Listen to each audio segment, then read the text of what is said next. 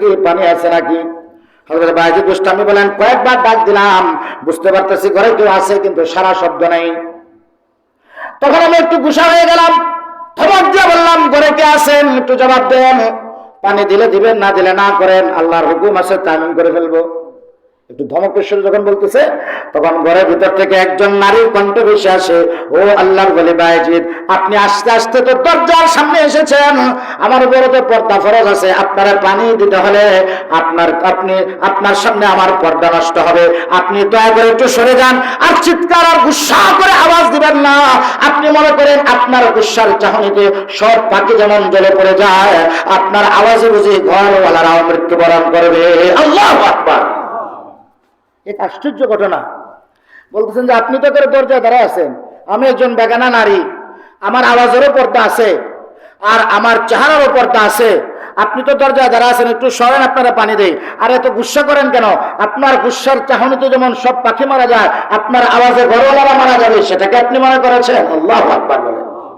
হযরত বায়েজিদ বুস্তামি আশ্চর্য হয়ে গেলেন যে আমার জীবনে এক অনাকাঙ্ক্ষিত ঘটনা ঘটেছিল, যে ওনার এক জালালি চাহনির কারণে এক গাছের সব পাখি চলে গেছিল।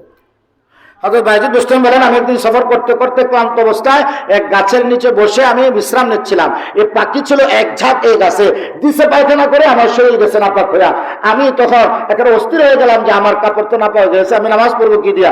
এজন্য গুসার কারণে আমি গাছের দিকে তাকাইলাম, আর এই এক তলায় সব গাছের পাখি একসাথে পড়ে পড়ে গেছে।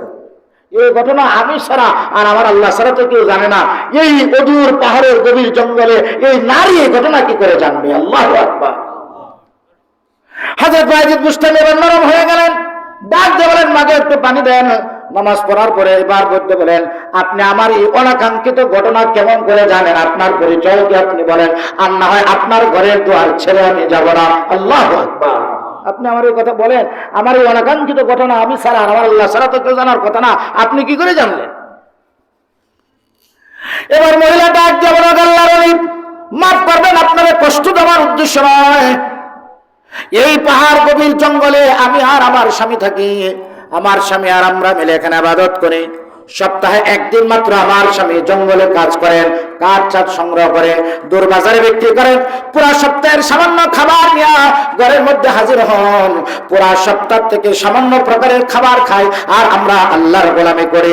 স্বামীর ধৈর্য, স্বামীর কথা শোনা আর স্বামীর ইতাআত করার কারণে আল্লাহ তাআলা আমাকে নামাজে এমন শক্তি দিয়েছে, নামাজ পড়ে চাই নামাজে যখন আমি চক্ষু বন্ধ করি, আল্লাহ তাআলা তামাম দুনিয়াটা আমার চোখের সামনে তুলে ধরে দেয়। সুবহানাল্লাহ। মাদের চাই নামাজ ছিল গোটা দুনিয়ার জন্য আয়না, চাই নামাজে বসতেন আর গোটা দুনিয়া দেখতেন। আল্লাহু আকবার। এটা যেন সেই হাদিসের প্রতিচ্ছবি। উহুদের মাঠে রাসূল করিম সাল্লাল্লাহু আলাইহি ওয়াসাল্লামের সাহাবা کرام যখন শহীদ হতে লাগলেন, আর ইবনে কুমাইয়া নামে এক কাফের নেতা তার পুরা বাহিনী নিয়ে আল্লাহ রাসূলের উপরে একেবারে দুর্বার প্রতিতে আক্রমণ করছিল, সাহাবা کرام ঢাল হইয়া সামনে দাঁড়াচ্ছিলেন, কিন্তু প্রতিরোধ করতে পারতেছিলেন না। এমন সময় উম্মে আম্মারা নামে একজন মহিলা সাহাবী, তিনি আহত সাহাবা کرامদের সেবা শুশ্রূষা করতেছিলেন। হঠাৎ তাকায় দেখেন ইবনে কুমাইয়ার নেতৃত্বে একদল কাফের আল্লাহ রাসূলের উপর তীব্র আক্রমণ করছে। সাহাবা کرام এই আক্রমণ সামাল দিতে পারছে না। হযরত উম্মে আম্মারা বলেন, আমি দেখলাম আমার ভাইয়ের তরবারিটা পড়ে আছে, আমার ভাই শহীদ হয়েছিলেন, আমার ভাইয়ের তরবারিটা পড়া, আমি এক মুহূর্ত আহত সাহাবীদের খেদমত না করে ওই তরবারি নিয়ে দুর্বল গতিতে আল্লাহর নবীর সামনে দাঁড়িয়ে কাফেরদেরকে একাই প্রতিরোধ করছিলাম। আল্লাহু আকবার। রাসূল করিম সাল্লাল্লাহু আলাইহি ওয়াসাল্লাম খুদ এই দৃশ্য দেখতেছিলেন, হুজুর খুদ দেখতেছিলেন। এই সময় সাহাবা کرام অনেকেই সামনে ছিলেন।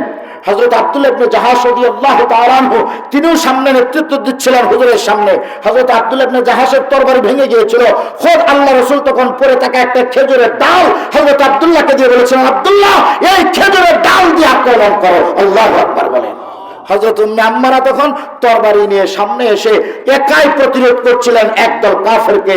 আল্লাহ রাসূলের মুখ ফেটে গিয়েছিল, ঠোঁট ফেটে গিয়েছিল, দান্দার মুবারক শহীদ হয়েছিল, মুখ দিয়ে রক্ত পড়তেছিল।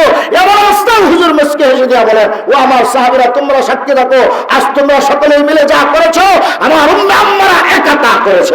সুবহানাল্লাহ।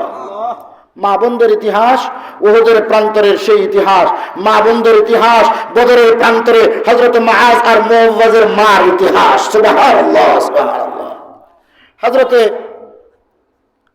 আফরা রাদিয়াল্লাহু তাআলা আনহা আনসারী এক সাহাবী, ইনার উপযুক্ত 2 সন্তান, নাবালক 2 সন্তান আর স্বামী, মোট কয়জন হলো পুরুষ?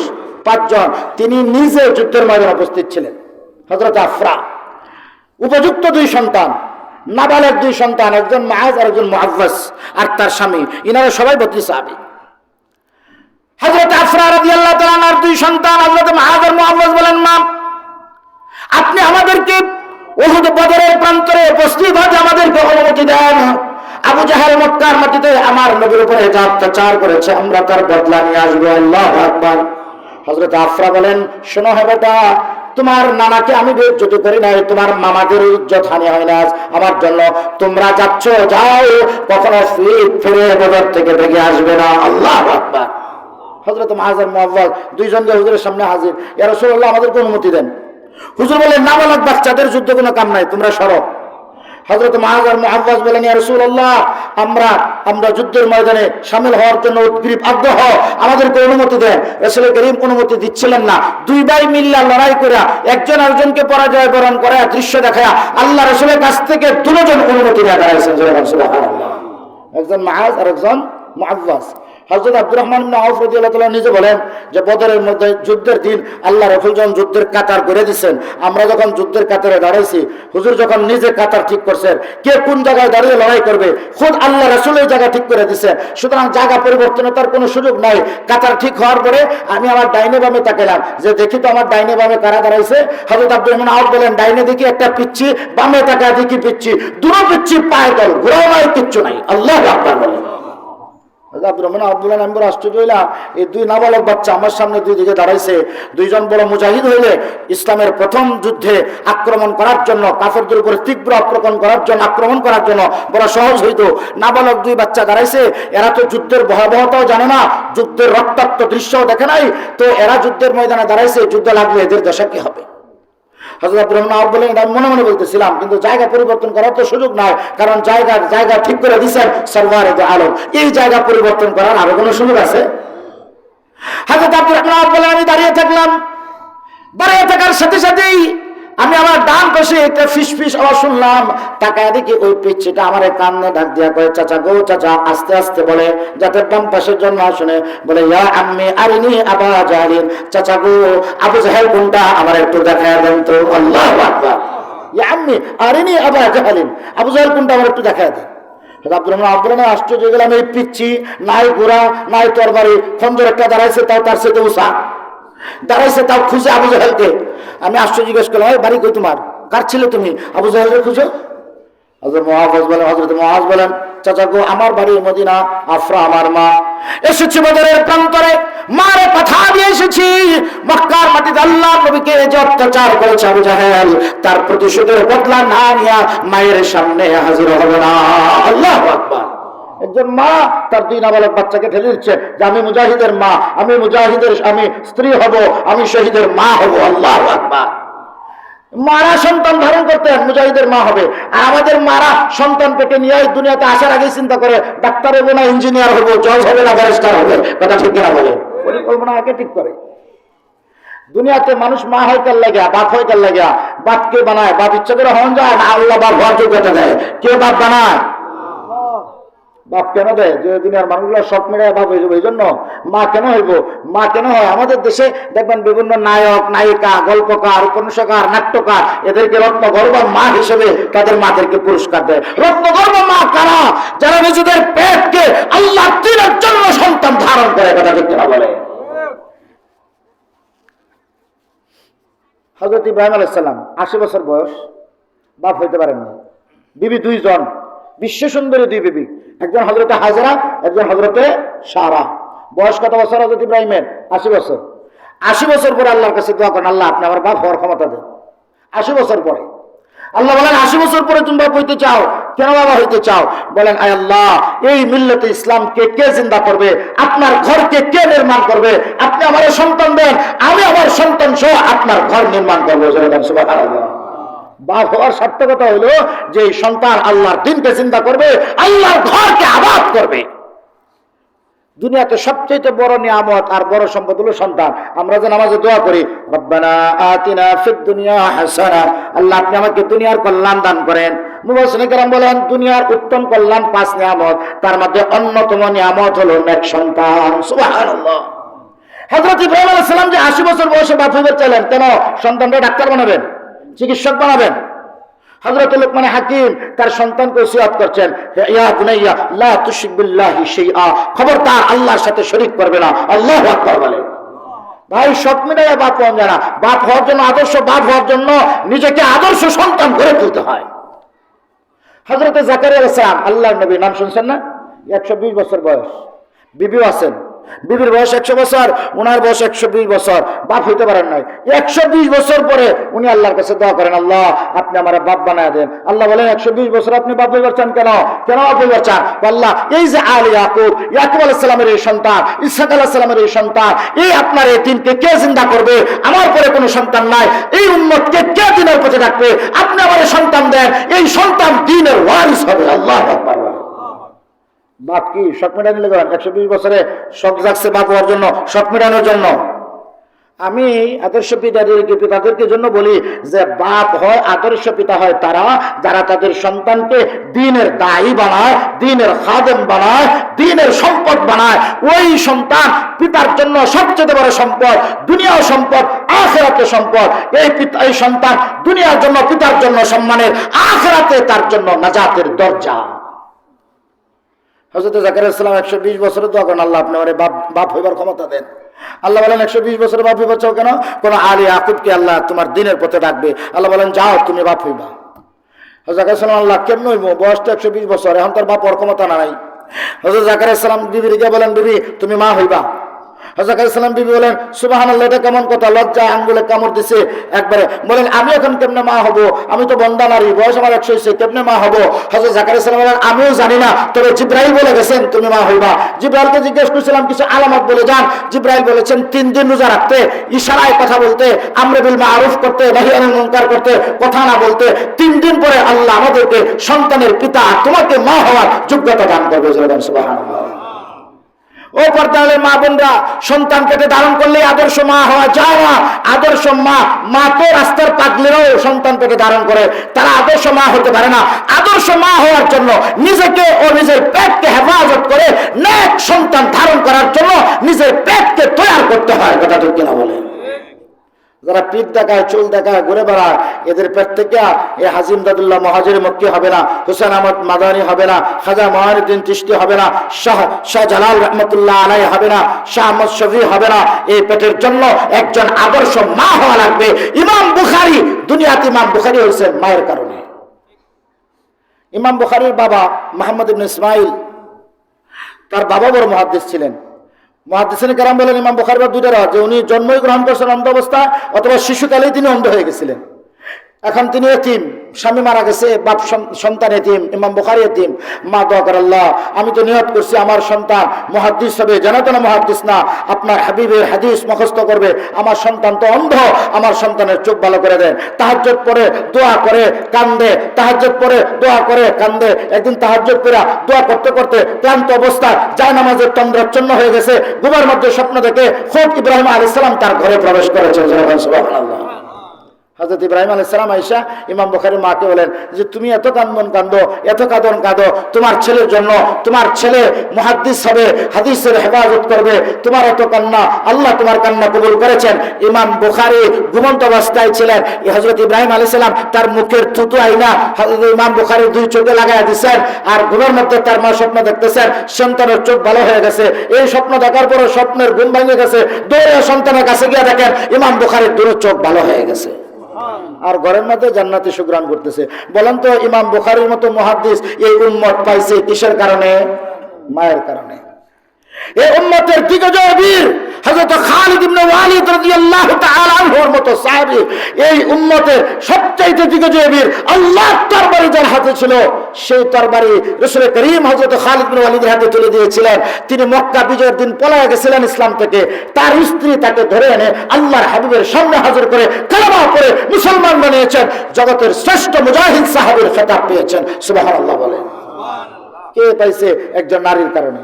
হযরত ইকরামা দুই বন্ধু, হযরত খালিদ বিন ওয়ালিদ, হযরত ইকরামা আবু জাহেলের সন্তান, ইনও পলায়ে গেছিলেন। তার স্ত্রী ইসলাম গ্রহণ করে হযরত ইকরামাকে ধরে আনছে, আল্লাহ নবীর সামনে দাঁড় করাইছে, ইসলাম গ্রহণ করেছেন, স্ত্রীর কারণে সাহাবী হয়েছেন। হযরত ইকরামা ওয়াদা করেছিলেন, রাসূলুল্লাহ উহুদে বদরে আমি যে আপনার বিরুদ্ধে লড়াই করে যে ক্ষতি করেছি, আমি আমার শাহাদাতের খুন দিয়া আল্লাহর দ্বীনকে বিজয় করে কাফারা করব। সুবহানাল্লাহ। হযরত ইকরামা রাদিয়াল্লাহু তাআলা আনহা শাহাদাতের খুন দিয়া আল্লাহর দ্বীনকে বিজয় করেছিলেন। তো সাহাবী হওয়ার যোগ্যতা অর্জন করেছেন। ইতিহাসের দিগ্গজয়ী সাহাবী, রাসূলুল্লাহ সাল্লাল্লাহু আলাইহি সাল্লামের দক্ষিণ বাহু, উম্মতের আমিরুল মুমিনিন, অত্তজাহানের খলিফা হযরত ওমর ইবনে খাত্তাব রাদিয়াল্লাহু তাআলা আনহু সাহাবী হওয়ার যোগ্যতা অর্জন করেছেন একজন বোনের কারণে। তিনি বের হয়েছিলেন তরবারি নিয়ে আল্লাহর নবীর কল্লা কাটার জন্য, বোনের উসিলায় সাহাবী হওয়ার যোগ্যতা অর্জন করেছেন। সুবহানাল্লাহ। হযরত ওমর যাচ্ছিলেন আল্লাহ রাসূলের কল্লা কাটতে, রাস্তায় সাহাবীর লগে দেখা, বইলা দিছে তোমার বোন ঈমান গ্রহণ করছে, বাড়ি গিয়ে সামলাও। ঘরে গিয়ে দেখে বোন ঘরের মধ্যে বসে আল্লাহর কোরআন তেলাওয়াত করছে। সুবহানাল্লাহ। বোনকে মারতে মারতে রক্তাক্ত করেছে।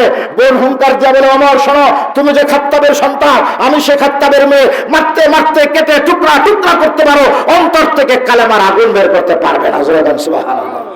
হযরত ওমরের দিল নরম হয়ে গেছে, সুর নরম হয়ে গেছে, কোরআনের প্রতি নজর পড়েছে। বোন ডাককে ডাক দিয়ে বলে, আমার একটু তেলাওয়াত করে শোনাও। বোন বলে, আমার তেলাওয়াত শুনতে হবে না, ঈমান গ্রহণ করার জন্য ওযু করো, আল্লাহ নবীর দরবারে যাও, ইসলাম গ্রহণ করো, আল্লাহর কোরআনের স্বাদ বুঝতে পারবে, মজা অন্তরে চাকতে পারবে। সুবহানাল্লাহ। বোনের কারণে হযরত ওমর ঈমান গ্রহণ করেছেন। প্রিয় ভাইরা, উম্মতের প্রত্যেকটি সফল ওলির জন্য আমাদের নারীরা সাহাবায়ে কেরামদের মা, ওলিদের মা, ওলিদের মা, এই উম্মতের প্রত্যেকটি সফল পুরুষের পিছনে, প্রত্যেকটা আল্লাহর ওলি হওয়ার পিছনে, আল্লাহর কুতুব হওয়ার পিছনে, সাহাবী হওয়ার মর্যাদার পিছনে বোনের হাত, স্ত্রীর হাত, মায়ের হাত রয়েছে। এই জন্য আমাদের মা বোনদেরকে দিনের ক্ষেত্রে আমাদেরকে তৈরি করতে হবে। কথা ঠিক কিনা বলেন? যারা পর্দালের মা বোনরা আছে, একটু ভালো করে শুনেন, এই উম্মতের মধ্যে সবার আগে যিনি কোরআনের হাফেজ হয়েছেন, ইনি আম্মাজান আয়েশা সিদ্দিকা রাদিয়াল্লাহু তাআলা। উম্মতের সবার আগে যিনি কোরআনের হাফেজা হয়েছেন আম্মাজান আয়েশা সিদ্দিকা রাদিয়াল্লাহু তাআলা আনহা, উম্মতের সবার আগে পূর্ণ কোরআনের হিফজ আল্লাহ রাসূলকে সবার আগে শোনাইছেন। সুবহানাল্লাহ।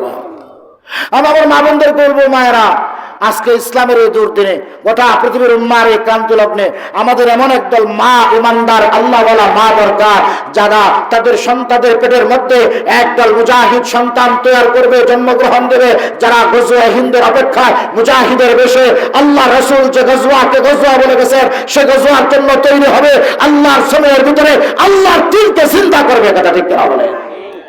বাংলাদেশের জমিন, এই জমিনে সূর্য ওঠার আগেও আল্লাহ আকবরের ধ্বনি হয়, ফজরের আজান হয়, সূর্য ঢলে যাওয়ার সাথে সাথে জোহরের আজানের আল্লাহু আকবরের ধ্বনি হয়, সূর্য পশ্চিম আকাশে হলদে হওয়ার আগে আল্লাহু আকবরের আসরের আজানের ধ্বনি হয়, সূর্য ডোবার সাথে সাথে মাগরিবের আজানের ধ্বনি হয়, রাত্র গভীর হওয়ার আগে ইশার আজানের ধ্বনি হয়। আল্লাহর এই জমিনে আল্লাহর দ্বীনকে জিন্দা করার জন্য আল্লাহ মুহাম্মদ শফি রাহমাতুল্লাহ আলাইহির মতো একদল ঈমানদার সৈন্য দরকার। কথা ঠিক কিনা বলে? এমন এক সন্তান তৈরি হইব না যারা মা সন্তানরা স্কুলে নিয়ে যায়, সকালবেলা নিয়ে যায় কিন্ডারগার্টেন স্কুলে, সন্তানরা সাজাইতে লাগে 10 মিনিট, মায়ের সাজতে লাগে 1 ঘন্টা। ওই সাজও তার শেষ হয় না, আরো ব্যাগ বেড়া মেকআপ বক্স নিয়ে যায়, 3 ঘন্টা সন্তান স্কুলে থাকে, আর 3 ঘন্টা স্কুলে দরজা বসে মা তার মুখ সাজায়। আছে না নাই? পুরা গ্যারেজ লোকে নিয়ে নেয়, বেন্ডি বেগে পড়ে। সারাদিন স্কুলের দুয়ারে এসে মেকআপ লাগায় ঘুরলে এই পেট থেকে নেককার সন্তান পয়দা হতে পারে না। ওই সন্তানরা মাদেরকে দৌড়া বৃদ্ধাশ্রমে রেখে আসে। কথা ঠিক কিনা বলে? কোন রিক্সাওয়ালা, কোন কৃষক, কোন শ্রমিক, তাদের মা বাপকে আপনারা বৃদ্ধাশ্রমে পাবেন না। পাবেন ওই মাদেরকে যারা মেকআপ লাগাইছে আর সন্তানরা ডাক্তার বানানোর, ইঞ্জিনিয়ার বানানোর, প্রফেসর বানানোর, বুদ্ধিজীবী বানানোর স্বপ্ন দেখছে, বানাইছে ঠিক, শেষ সময় সন্তানের খেদমত তো দূরের কথা, সন্তানের ঘরে থাকার জায়গাটুকু হয় না। কথা ঠিক কিনা বলে? প্রিয় ভাইয়েরা, প্রিয় মা বোনেরা, পর্দারালের মা বোনরা, আবেদা জাহেদা মা বোনরা, এই উম্মতের এই দুর্দিনে রাসূল করিম সাল্লাল্লাহু আলাইহি ওয়াসাল্লাম এই উম্মতের মাদেরকে সামনে রাখছেন, দ্বীনের ক্ষেত্রে নারীদেরকে এমন ভাবে সামনে রাখছেন। রাসূল করিম সাল্লাল্লাহু আলাইহি ওয়াসাল্লাম বলেন, আমার উম্মতের মধ্যে একদল নারীকে আল্লাহ তাআলা আগে রাখছেন। আনসারী নারীদের ব্যাপারে আল্লাহ রাসূল অধিক প্রশংসা করতেন, বলতেন যে আনসারী নারীরা দ্বীনের ক্ষেত্রে সবার আগে, তাদের প্রশংসা করতেন বিশেষভাবে। আমি আমার আলোচনার শেষ আয়াত পড়তেছি। আমাদের এই জিন্দেগির পরিসমাপ্তি ঘটবে খুব দ্রুত। দুনিয়াতে আজ পর্যন্ত কেউ থাকতে পারছে? আল্লাহ তাআলা বলেন আল্লাযী খালাকাল মাউতা ওয়াল হায়াতা লিয়াবলুয়াকুম আইয়ুকুম আহসানু আমালা। मौत को समझा के गाफिल इख्तिताम जिंदगी, मौत को समझा के गाफिल इख्तिताम जिंदगी, दर हकीकत मौत तेरा इब्तिदाए जिंदगी, दर हकीकत मौत तेरा इब्तिदाए जिंदगी। ए चमन सहरा भी होगा ए खबर बुलबुल को दो, ए चमन सहरा भी होगा ए खबर बुलबुल को दो, ताकि अपनी जिंदगी को सोच कर कुर्बा करे, ताकि अपनी जिंदगी को सोच कर कुर्बा करे। আল্লামা ইকবাল এই দুইটা কবিতার মধ্যে একজন মানুষের পুরো জিন্দেগির ফলসফা বর্ণনা করেছেন। মানুষ ভাবে দুনিয়াতে আইলাম, কিছু টাকা পয়সা কামাই করলাম, আরামে শেষ থাকলাম, এরপর মরে গেলাম, জিন্দেগি শেষ হয়ে গেল।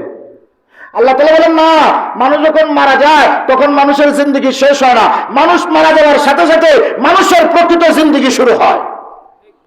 মানুষকে আল্লাহ দুইটা জিন্দেগি দান করছেন, একটা অস্থায়ী আর একটা চিরস্থায়ী।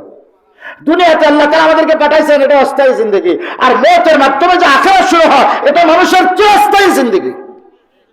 তারপর একটু চিন্তা করেন তো, অস্থায়ী জিন্দেগির জন্য যদি এত মেহনত করা লাগে, এত ফিকির করা লাগে, এত চেষ্টা করা লাগে, তাহলে চিরস্থায়ী জিন্দেগিকে সাজানোর জন্য আমাদের কি পরিমাণ মেহনত করা দরকার? কথা ঠিক কিনা বলেন?